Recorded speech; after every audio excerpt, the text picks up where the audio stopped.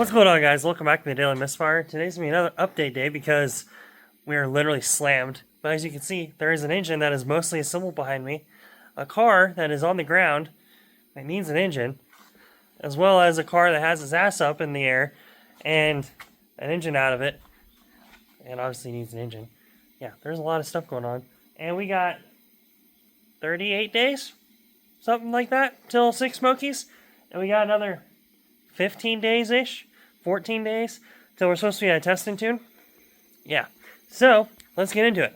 First off, my 67 Nova, if you haven't been watching what we've been doing recently, has the engine out of it currently. We have gone, originally this whole plan was just to paint it, swap oil pans, and swap intake. So I had an Offenhauser Portosonic intake on it before, had just a stock Nova oil pan on it. I found this guy, I believe on Facebook or eBay, I can't remember which, but I ended up buying that guy for pretty reasonable. I also, one of my buddies, Brian, Blue Collar Hot Rods, he found this intake. It is a Holley Strip Dominator intake. It's an old school one that has the Winners logo on it still, which is really cool. And I was going to paint the engine Pontiac Light Blue Metallic because I love this color, and there's a little bit of story at some point I might tell about just that, and it's kind of a little history thing. And it turned out, so, yeah. Turns out, I have new heads now, and I have a new water pump, and I'm getting new roller rockers. So, what's starting out is just a quick rebuild, just to try to get things back together. We're supposed to have blueprint heads on it. We're just, running it kind of as it was. Just basically with an intake and oil pan. Maybe, might make a little bit more power. Turned out, these heads have valve seal leaks. So, it was either the umbrella seals or the valve guides themselves.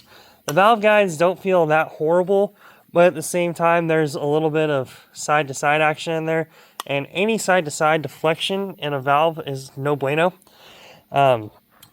especially when you're trying to drag race. Honestly, if you weren't trying to drag race these heads, I think they're totally fine.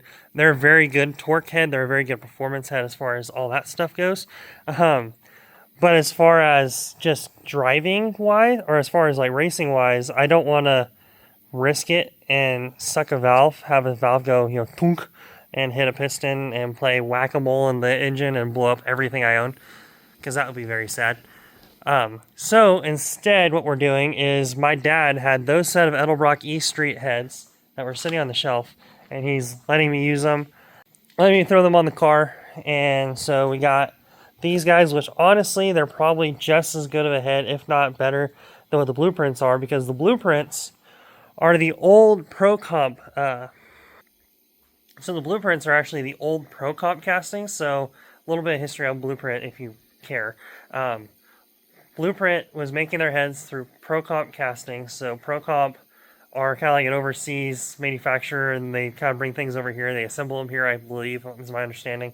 And Blueprint was doing the exact same thing with the same bullets, basically. And they would get their heads, and they would just put their stuff in them and then ship them out. Those are probably, I don't know how old exactly, 5-10 years old maybe. Recently, I don't know, maybe last 5-10 years kind of a thing, with like, since those heads, I don't know the years as far as that goes, but Dart, they bought a Dart machinery plant, and so ever since they bought that plant, the heads are now Dart castings, basically. So the 195cc heads that you see literally all over the place on ads advertising for Blueprint Racing, those are like a Dart head. So they're made in the USA, all the stuff. But the Pro Comps were made overseas, and they have valve guide issues. So if you have a set of the 190cc old heads, they may have valve guide issues, so check those out just to make sure you're not having any oil issues. If your plugs are being fouled and you don't know why, that might be why. But saying that, we have these Edelbrock E Street heads. They're a 185cc runner, 202-16 valve. I swapped my springs over for the roller cam because I knew these springs matched. I wasn't going to go back around and try to figure that out. So I went to my buddy's shop. Jake and his dad, they helped me put those back on, swap those over, which was really cool though. And so got those all swapped over. I got them mounted up. They've been bolted on today. So I got those all bolted on. I was literally going to actually basically make this engine ready to drop in tomorrow morning, and come to find out, there's a push rod missing. Why is there a push rod missing, you might ask?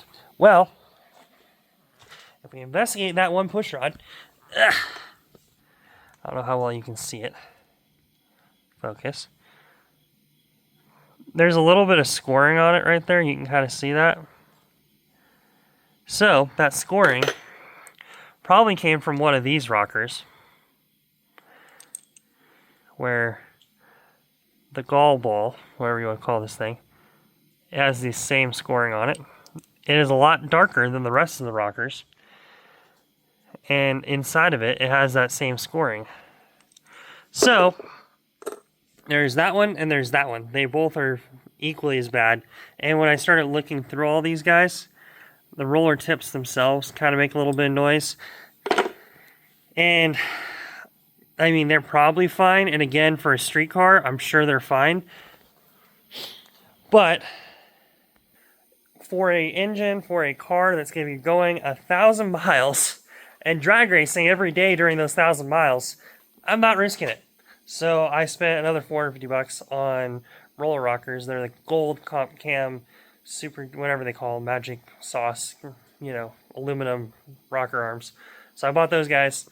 They're going to be here hopefully next week. I'll get them on. We'll get them all adjusted. We'll get the engine hopefully in the car this week. I'm going to do a lot of wiring. We're going to do a lot of stuff. I'll show you real quick. We almost have the MSD box wired in. It's very close. It's very, very close. I just got to get a few things up and pretty much clean it up, clean the wiring up. You can see my switch panel sitting over there. Shifter's in. We got to finish wiring in the line lock right there. I got to get my belts in. They're sitting back in the back seat. There's a lot of just little stuff we got to get ready to rock and roll. I got to swap out a heater core too. I have to order a heater core because we're racing in October, and heater cores are good for stuff when you're racing in October because windshields fog up. So yeah, so there's just a lot of little stuff that I got to do as far as my stuff to get everything ready. But on my mom's side, that is her 302. It is bagged up.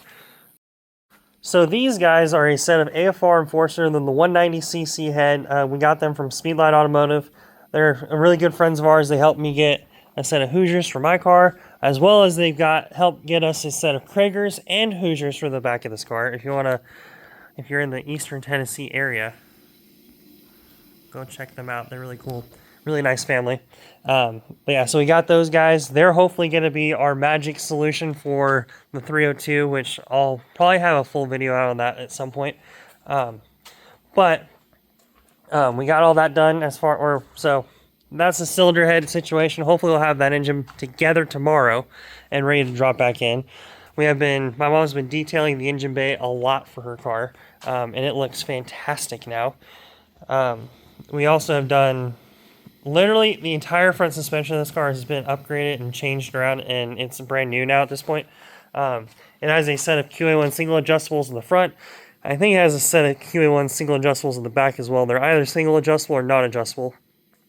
I can't remember.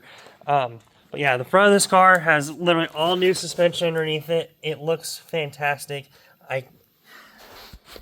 The suspension on this thing was scary. We didn't realize how bad it was. And it's literally hasn't been really messed with aside from a few little things that they did when Mom first got the car, because this is her first car. So back in the 90s, they did a few things, like they swapped the A-ball joint and they did a few things like that. But for the rest of it, she's just been driving it and it's been fine. I mean, it's felt fine, but literally there was like things that were like finger tight. Yeah, it wasn't good. So we got the whole front ends done. We need to get it aligned, but it's very close, I think. We're also doing a set of low-profile Caltrack bars in the back. We just got the front perches. We got the bushing pressed out of those. We got the new ones pressed in. We have everything pretty much ready to get put back together. We just have to do it all. So hopefully we'll have that done tomorrow. My goal for the end of this weekend, so this is Saturday night, hopefully you'll be seeing this Sunday. My goal for this weekend is to have both engines in cars, and basically to where cars can be worked on and made run, and by the time Test and Tune rolls around, we should be ready to rock and roll. My biggest hole in the tent that I got to get over is got to get the engine in the car, got to do some wiring and exhaust, because there is a Pipes X-Pipe kit right in that box right there I need to get out, and we need to put that together. As well as just cleaning up wiring and making this all work and be nice. But yeah, so we got all that to go. There's a lot. There's an absolute lot to go. And this is, you know, it's always typical when you're doing a drag and drive event. But we're very close, I think. And I think by the time we get everything done, these cars are going to be 10 times better than what they were before.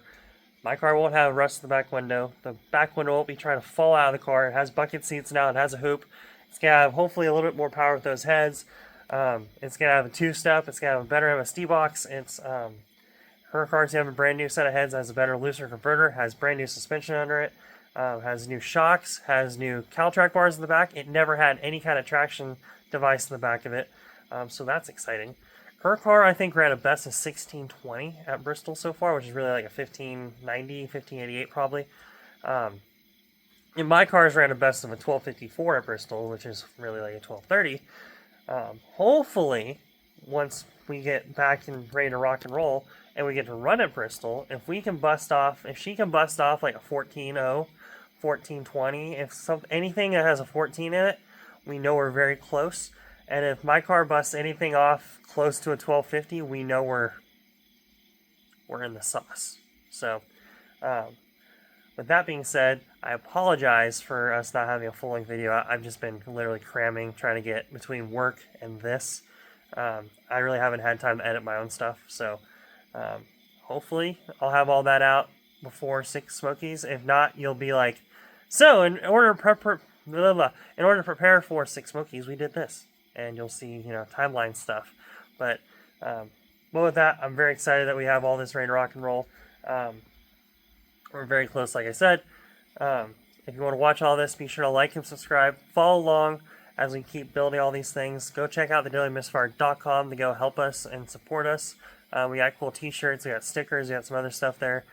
Everything you buy is going to keep feeding this addiction and, you know, give us beer money for the road trip, which is very helpful and very thankful and very thoughtful of you. So thank you in advance, and I'll see you guys in the next one. Peace.